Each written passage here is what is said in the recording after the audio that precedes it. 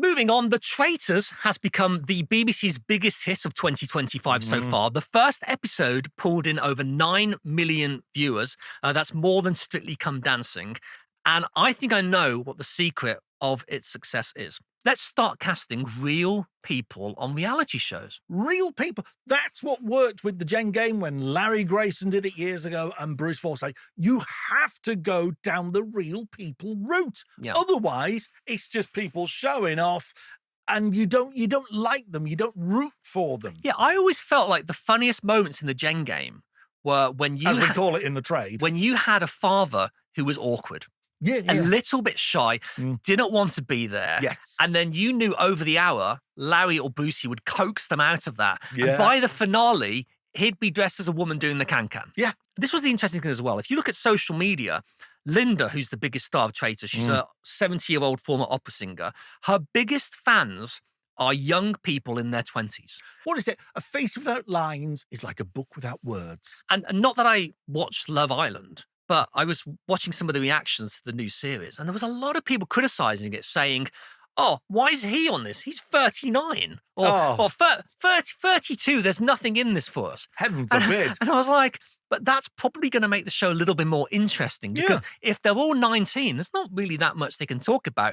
39, they probably got a couple of kids, they probably had a divorce. That's an interesting dynamic. And who's to say that there aren't any 25-year-old men or women interested in older men or women? There's someone for everyone. I don't, but this is what you're telling yourself, Greg. To a degree. Now, the BBC is about to start filming a celebrity version. The rumoured lineup includes Bob Mortimer, Gary Lineker, Zoe Ball, and Olympic diver Tom Daley, who you accused on the last episode of not being a knitter. Tom Daly's not a knitter. You still think he's not a knitter? Oh, absolutely not. Absolutely not a knitter. Not a knitter. Not a knitter. Do you think he may be knitting on this show, or you just think he's not going to be knitting? I don't think he's going to be knitting on this show. No, not knitting on this show. And I have high hopes for it. Also, Jonathan Ross, Alan Carr, Stephen Fry, because the beauty of this show is because they cast real people, because it's a massive show, because they probably shoot it very quickly. Because you don't need... It's a castle in Scotland. You could probably shoot the whole thing in 2 weeks, which is good. I think for that reason, it's going to be one of the first reality shows we've seen in many years that is going to be packed full of stars and intelligent stars. And I think this is... want to be a part of it. And I think it's going to push the 10 mil, 11 mil, 12 mil. I think this is going to be the biggest show of the year. So if anybody's watching from the casting team, I will be Claudia Winklewoman. Okay. Okay. Do something with your hair then. Just pretend you can't see my eyes. Okay. Hold on.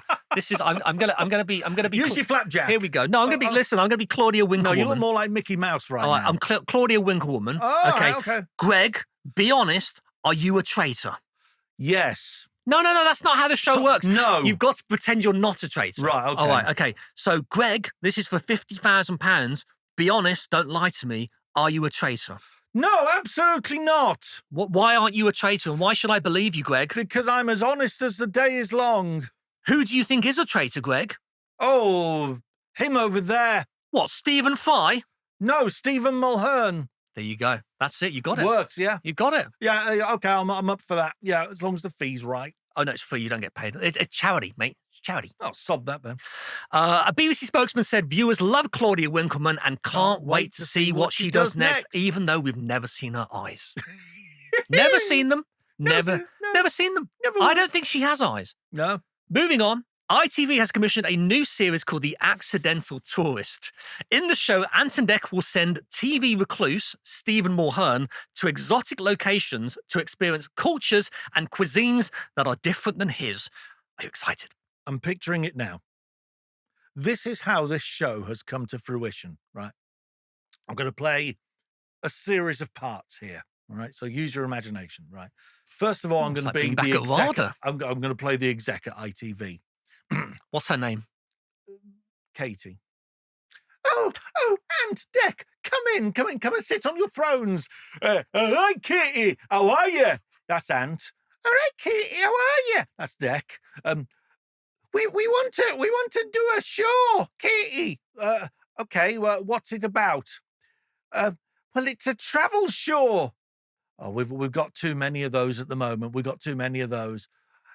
Yeah, but remember, Sorry, this is meant to be a Geordie accent. Yeah. Remember, we've got our contract negotiations coming up soon. Was he from South Africa? I've no idea. We've got our contract negotiations coming up soon, so think about this, Katie. All right, then, but it must have Stephen Mulhern in it. Okay, that's a deal, man.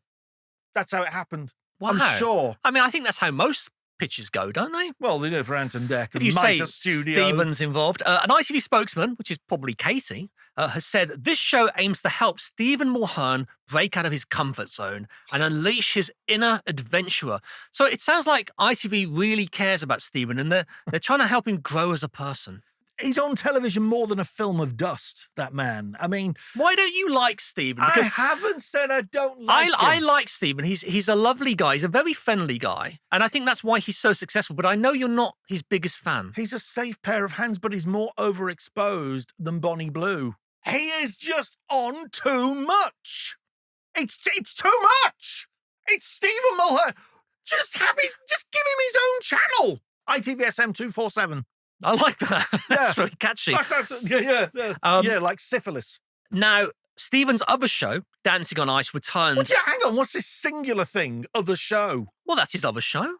One of. Yeah, Dancing on Ice. It returned earlier this month, but it's struggling in the ratings. Oh. It used to pull in around 7 million viewers. I think the current series is doing around 3 million. What do you think's happened? ITV axed Dancing on Ice. And then they brought it back. How long did they axe it for? Was it 2 or 3 years? They must have had a reason they axed it. Ratings were going down. Yeah. I think Jason Gardner not having a judge on like Jason has damaged it because people love a Mr. Baddie. You know, they love a bad guy on the judging panel.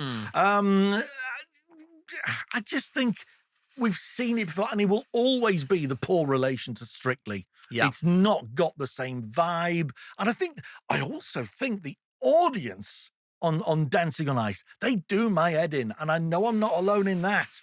What do they do? Well, they cheer and whoop the slightest little jump. Well, this is the Americanization of British TV. Because as you know, I was in America for 5 years. I know that. We were working across game shows. I robbed your house here. I know. And what I saw there, which is very interesting, is the audience were paid. We used to actually go to a lot of shows because they would pay you like $85. You just turn up and you watch a show, although they would shoot a lot in one day. I've seen over 100 episodes of the audience. I've seen over 100 episodes of Judge Judy. Wow. I'm in the audience. Wow. There's a channel called CBS Reality. They repeat them all the time. But what I noticed is because they would pay the audience, you were there, you were cast in a way to be part of the show. You do as you're told. So you were whooping, it was energetic, all the way through. Every type of show, that would be it. And they've now brought that to the UK. So regular audiences are just like, oh, do the thing we see on Price is Right in America. It's like, well, we're not America. We're not used to that. One show that's really rubbing me up the wrong way. Oh, Pictionary. Pictionary has been done so clearly there's no audience there. Yeah. And it's so badly dubbed. And also, when you have a live audience and you've got performers in front of the camera, a live audience brings out a performance in you. Moving on, Channel 4 has commissioned a brand new series called Katie Price Making Babies. In the show, Katie Price attempts to have a 6th child with her ex-boyfriend, Carl Woods. Are you excited, Greg? Well, I hope Carl Woods is excited, otherwise they won't be making babies, will they? I mean, you know. Well, apparently they're not even together anymore. But they're going to make babies. Well, this show was filmed a couple of years ago, I believe. It's been on the shelf. Sadly, Katie's relationship hasn't survived, but the show has. So has she had a baby in the last 2 Well, years? you've got to watch the series to find out. Maybe she's had a secret baby. Now, a Channel 4 spokesman said Katie is determined to show the real side of IVF. Viewers will get to see her x-rays, her scans, and hospital procedures. So this sounds a little bit like Casualty meets a former glamour model. Hang on, how many kids has she had? I think she's had 17. Yeah. No, she's had 5. So why does she need IVF?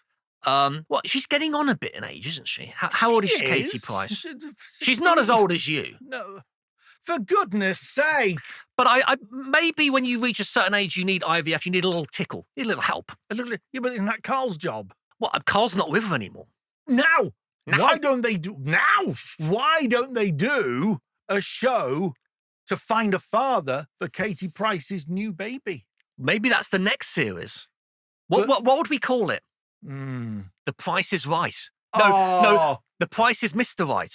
No, there's something there. There's something there. With Mark Wright.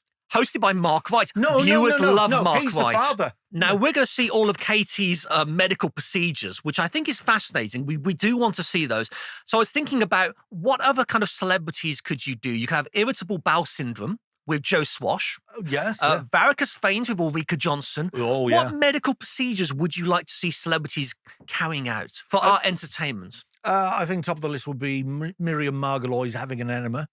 Oh, I like that. I think and she's got a lot of enemies. So maybe enemies giving her enemas. And she could or be Eminem could be giving her an enema. So Eminem giving MM an enema that ends up in enemy. With music by Public Enemy. Wonderful band. You see how execs, they spend ages coming up with formats. We don't need artificial intelligence. We do not need artificial intelligence. We are brilliant. Yes. A Channel 4 spokesman said viewers love making babies and can't wait to see what they do next. Oh, we love babies. Now, can you guess what was the #1 show on Netflix over Christmas? No, go on. It was hour-long videos of fireplaces. No way. Yes. Now, these weren't made with CGI or special effects. They literally stuck a camera in front of a fireplace. And they filmed it for an hour. They've done this many times. Yeah. Different houses, different fireplaces, but that's it. I suppose people are choosing it over traditional fare. Well, yeah. And traditional fare nowadays is cack. A fireplace was more popular than Stephen Mulhern on Christmas Day. I mean, can you believe that? Yeah, I can. Now, a Netflix spokesman said viewers love the sights and sounds of a real crackling fire that provides a festive glow to party and family gatherings. So I was thinking maybe this is where traditional television, legacy media is going wrong, because ITV and BBC One, they're going out and they're filming these variety shows. Yeah. You know, they're spending £500,000 on an episode. Maybe just start pointing a camera at inanimate objects. Yeah, a chicken in an oven. What? That's almost too much. Too exciting. Too exciting. Okay. Maybe you could turn the oven off. Maybe. I mean, people often make comparisons to cack on television, to paint drying. Maybe paint drying is, and then you can have celebrity paint drying. The celebrity paints a wall. Paddy McGuinness paints a wall. Paddy's painting. Paddy's paint off. Celebrities painting with his walls. Pants off. Paddy's paint off. Paddy's pants off, paint off. We don't need artificial intelligence. We're so good at telly. We're so good at telly. So Netflix has commissioned a new series called Celebrity Bear Hunt. In the show, Holly Willoughby will challenge a group of celebrities in the Costa Rican jungle to avoid being caught by Bear Grylls. Are you excited? Oh, I didn't know where this bear thing was going, whether it was going to be an actual grizzly bear. But it's Bear Grylls, isn't it? Bear Grylls, but he may be dressed as a grizzly bear. Right. Now, would you like to know the celebrity lineup for this series? I can't think of anything more that I'd like to know. Okay, the all-star lineup includes Scary Spice, Steph McGovern from the hugely successful Steph's Packed Lunch, painter and decorator Lawrence Llewellyn Bowen, Una Healy from The Saturdays. She's got lovely eyes. And bankrupt tennis legend Boris Becker. So do you think this is going to be a hit? They're not bad names, actually. They're not bad names, but then again, it's Netflix. They've probably chucked a load of money at it. I just think it's too similar to what we've seen before. I mean, I know that there's a lot of pre-publicity and a lot of stuff going out about it, but I don't think there's anything to hook people's imagination. I don't know, unless I'm very, very wrong, which I've been known to be, but not often. But Holly Willoughby is sort of the biggest name on television today, and viewers love her. I see too much stuff on social media that's negative, that's anti-Holly. But that's just the stuff that you're writing, Greg. Not at all. Not at all. You make me out to be some sort of bitter, twisted wannabe. That's you're not a wannabe. I'm a has-been. Now, I know you're looking for your next big TV break. Would you consider being hunted by Holly Willoughby in the Costa Rican jungle if the money was right? If the money, it would have to be very, very right. How much would you like to be hunted by Holly Willoughby in the jungle? I'd probably never appear on television again, so it'd take at least 5 million. 5 million? 5 million. If Holly Willoughby rang now, yeah, she gave us a call direct to the studios. Yeah. She's a big fan of the TV podcast. And she said, I will give Greg £5,000 to hunt him in the Costa Rican jungle. Would you go? $5,000? Yes. Is that, so hang on a minute. In cash, and you don't need to whoa. declare it to HMRC. I'm fat and goofy and only worth £5,000. Would you do it? I'm on the brink of walking out here. I'm honest. Would I do it for $5,000? Oh, yeah. It would get me out of Scarborough for a few months, wouldn't it? Or a few weeks. Well, see, there you go. Yeah. A Netflix spokesman said viewers love Holly Willoughby and can't wait to see what she does next. Yeah. It's now time for the part of the podcast where we introduce Samara Gill. She's a top producer at News UK, and she's a very young person. And she's going to tell us all about new media, because Greg and I, we're part of the old school. We're on the outskirts of society. No one cares about us anymore. But Samara is young. She's nubile. Is that the word? Nubile? You know, I like the word bile in reference to me. Yeah, I love that. She's That's excited great. about life. She's hungry to be successful. She's got the rest of her life ahead of her. I've really fooled you, And Chuck. She's somebody who consumes all of her media on things like TikTok and Instagram and Friends Reunited and MySpace. She loves all of this stuff. Bebo. So we were thinking, why don't we get somebody young on who's very smart like Samara, and she can tell us what's going on in the world of new media, or as she calls it, media. Can I just ask, what Yeah. do you know what television is? I really don't. It's sort of this mystical thing that was sort of in the distant past of my childhood, I would say. It lasted about 4 years, and Now, then that Samara's was over. childhood was 4 years ago. Yeah, I that must is point true, out. that is true. And in case you're wondering where the accent's from, it's not Newcastle, it's Melbourne, I believe. Thank you. So let's look at the big news that's coming from new media this month. Yeah. Netflix has commissioned a new series called With Love, Meghan. In the show, the Duchess of Sussex will reveal exclusive tips on how to arrange flowers and bake the perfect cake. Now, Samara, could this be bigger than Squid Game? Absolutely. Do you not. think? No, it absolutely can't be. I mean, it's already received massive dislikes all over And that's just social media. from you. Yeah, and that's basically just from me clicking the button 100,000 times. The launch No date has been concentration. delayed to March the 4th because of the LA fires. Meghan Markle said, I'm thankful for my partners at Netflix for delaying the launch so I can focus on the needs of those impacted by the wildfires in my home state of California. What's she going to do? What's she going to do? What, she's been out hugging people, which has been very sweet. And I believe she was out offering makeup. I think she was giving some She of was the giving homeless out people little beauty makeup. sponges. Yeah, I mean, That's nice. But what was she going to do anyway, Chuck? Like, she never did any press tours for, press tour, a thing of old media when, Old media, that's just when old media. celebrities would go around and try and promote their show. Yeah. Harry never did any of that for the Polo documentary. And I think Netflix is getting increasingly pissed off by Yes. the fact that they are not contributing anything. It's just, they're just basically releasing it a little bit after, but she's not stalling any of her work schedule back. That's not happening. I mean, she wasn't going to step foot outside her Montecito mansion anyway. It wasn't going to happen. So I don't think Yeah. it's much of a problem for her. If you are watching this show, by the way, and we ever discuss Meghan Markle, make sure you do have your bingo card, your Samara Gill bingo card, because Montecito Mansion is a phrase that I'm will really come up jealous. a lot. I'm really So jealous. do get that for next time. Now, in other news, according to Vanity Fair, the staff working on Meghan Markle's podcast Oh my gosh. are requiring long-term therapy after working with her because she was so mean. Well, you're welcome, guys. I read the 8,000-word article that Vanity Fair posted about her. That's basically a novella, and it was very juicy. There was some serious stuff in there. Usually when Vanity Fair will do something, they'll have, the actual person that they featured on the cover come in and say things. But no, this didn't include Harry and Meghan at all. It just included people who had worked with them, which I found more interesting and revealing.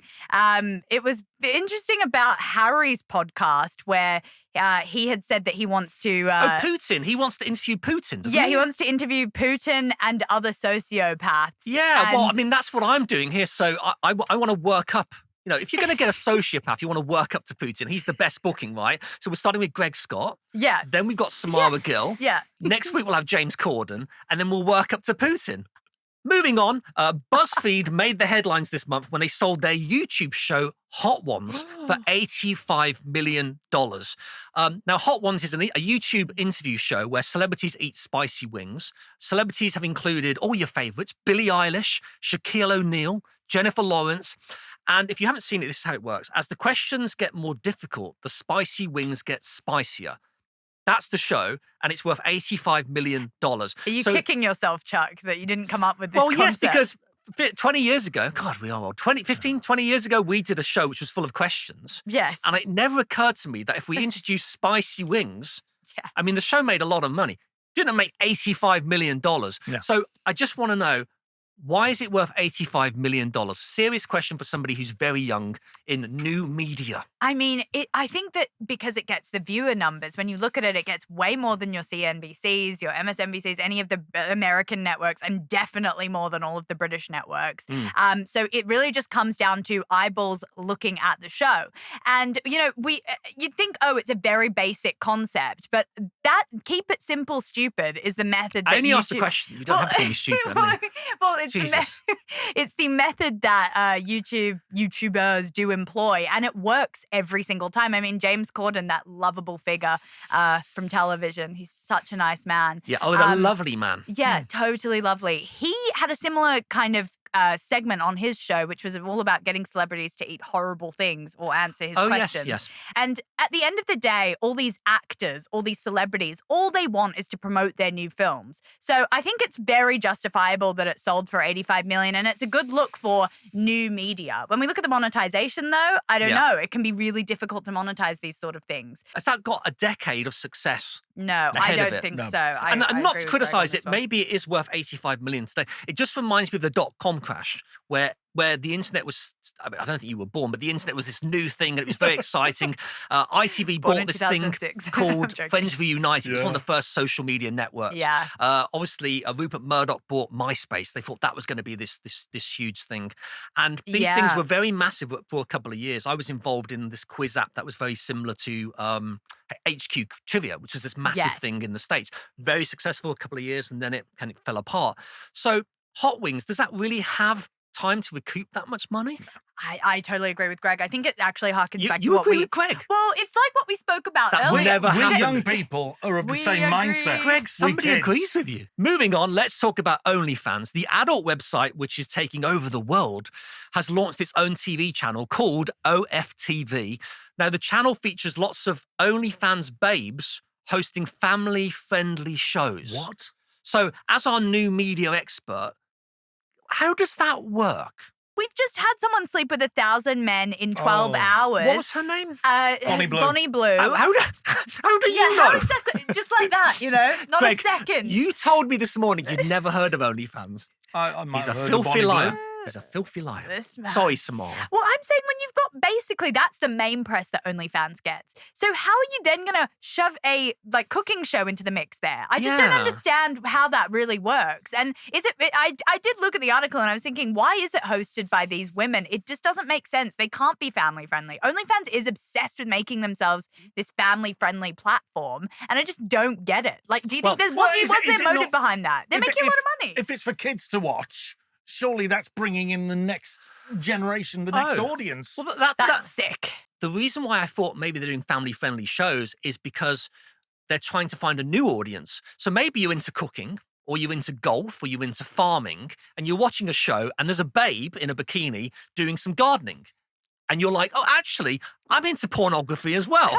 I'm going to check that out, right? So it's trying to find a new audience that necessarily weren't into pornography to start with. I know that sounds insane, but that's been done. I mean, it was a lady with the red hair years ago, Charlie Dimmock. Chris Evans. Oh, yes, Charlie Dimmock. Charlie Dimmock, she was sort of halfway there. There's been a lot of success in quote unquote normal media people then going on to OnlyFans and making a ton of money. But the other way around, it just doesn't work. I was reading about Chloe Sims, who was the star of Towie, and she went to OnlyFans.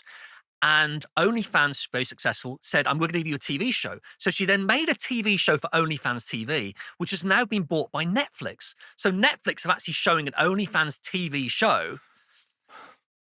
It's very strange, isn't it? What does this TV show consist of? I don't know, but it shows you what's happened is pornography has reached the mainstream. Shall we have a look at the diverse lineup of shows that they have on OFTV? Yes, They've got a show called Fish Out of Water, which is 6 OnlyFans babes becoming sailors, and they teach you how to catch fish. This is true.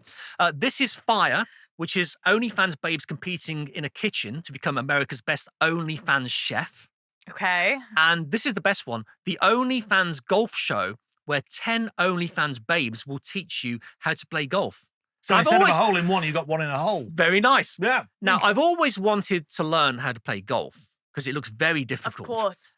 And I think maybe that's This how is the they'll catch manual. me. I watch the family-friendly show. I'm learning how to get a hole in one. And at the same time, I'm like, this woman in a bikini is very beautiful. I will check out pornography for the first time in my life. And then maybe that's how they hook you. I'm just saying. It's very strange. I don't understand So it. the viewers watch with the remote control in one hand. And a golf club in the other. Yes, you're pen right, and paper Greg. to make notes of how they're playing golf in the other. Like Countdown. Greg worked on Countdown for many years. Of course, you won't know what that is because you're young. And it's on No. television. What do you think Countdown is? Is it like a? There are so many inappropriate things I could say. Oh, right say the now. inappropriate. Some sort of like terrorism show, terrorism investigation show. Her mind always goes to terrorism. Yeah, so it's very unfortunate displacement that I have. All right, moving on. Everyone's been talking about TikTok this week because at one point it looked like TikTok was going to be censored. And then all of a sudden, a few hours later, TikTok came back and said, Donald Trump has saved the day. We're looking at doing a very special deal. He loves a good deal. And now TikTok is back. Now, I understand why America wanted to ban it. They're very worried it's Chinese owned. They're very worried about the Chinese state getting in and finding out all the details you have on this phone. Because, you know, there could be a 14-year-old in Mississippi who does TikToks every day, loves dancing, and is addicted to Michael Bublé hits. And if the Chinese find out about that, they can use that information and they can come after us. They're very serious. To sell more Michael Bublé CDs. Right. Yeah. That is dangerous. So, Samara, do you think TikTok needs to be banned? I mean, thank you, Father Trump, first of all, for bringing it back. I am so happy. I am actually. Doesn't like no, Trump. He doesn't like really. Wow. He's a Wow. weirdo. Well, He's he's a an weirdo. outlier now, you know. We're He's in, just a we're in the liar. New World Order. Just a liar. No, thank you for bringing it back. He signed one of his good old executive orders. He's going to sign 200 of them. That sounds a little dictatorial. I'm not going to lie, to be on Greg's side slightly. But yeah, he's brought it back for 90 days. They still need to find a buyer. They still need to find, in 90 days, a US buyer. Are you interested? I mean, you're very rich. Well, TikTok isn't interested. That's the problem. TikTok says no because they've got a very specific algorithm that they really want to withhold from people. Yeah. It's almost sort of. It's interesting because China doesn't use TikTok, and that's when we start to think, Didn't know that. interesting. I think TikTok in China, it's quite intelligent. It's quite smart. Yeah, it's almost educational in that way. Like this Basically, podcast. Yeah, precisely. Yeah. But unlike TikTok really does fuel a lot of the horrible stuff that we're seeing at the moment.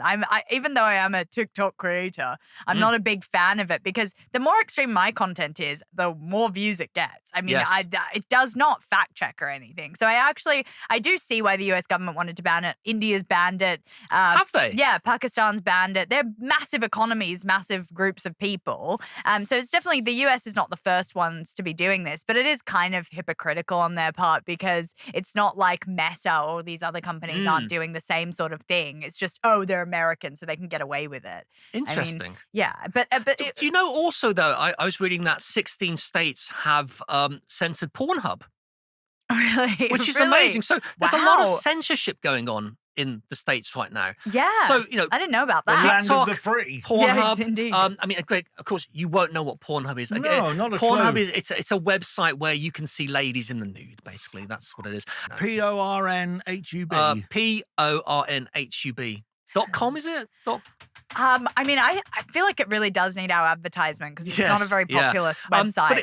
But it does make you realise that there's going to be a huge rise in VPNs, and that's the last thing I wanted to ask you about. So VPNs, again, Greg, you wouldn't know anything to do with this, but Visual panty. VPN is this Whoa. thing where apparently all the young people are into it, and it allows you to watch websites that you're not allowed to watch. And that's why NordVPN can. No, I'm joking. Yes. this is Which sponsorship for yes, you. that's what we do. Yeah. Well, fair enough. VPNs are really, really helpful. Like you can basically take internet from another country and use it as your own, if that makes sense. I'm doing a very bad job at explaining this. But Is it a bit like the dark web, though? Can we buy some machine guns on there and stuff? Is I that mean, you could. Yeah, you could, because it's very hard to then track what you do. Like when I was in Russia, I was always using a VPN because I was, You of were course, in Russia? I was doing really Samara conspicuous has things. a Russian background we cannot discuss.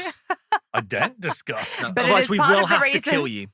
Part of the reason I blackmailed Chuck into letting me on the show. So, Yes, yeah. Putin is a big fan, and we love you, Putin. Well, Samara, thank you so much for joining the podcast. I think we now know a lot about the new media that we didn't know before. I didn't know any of that. No.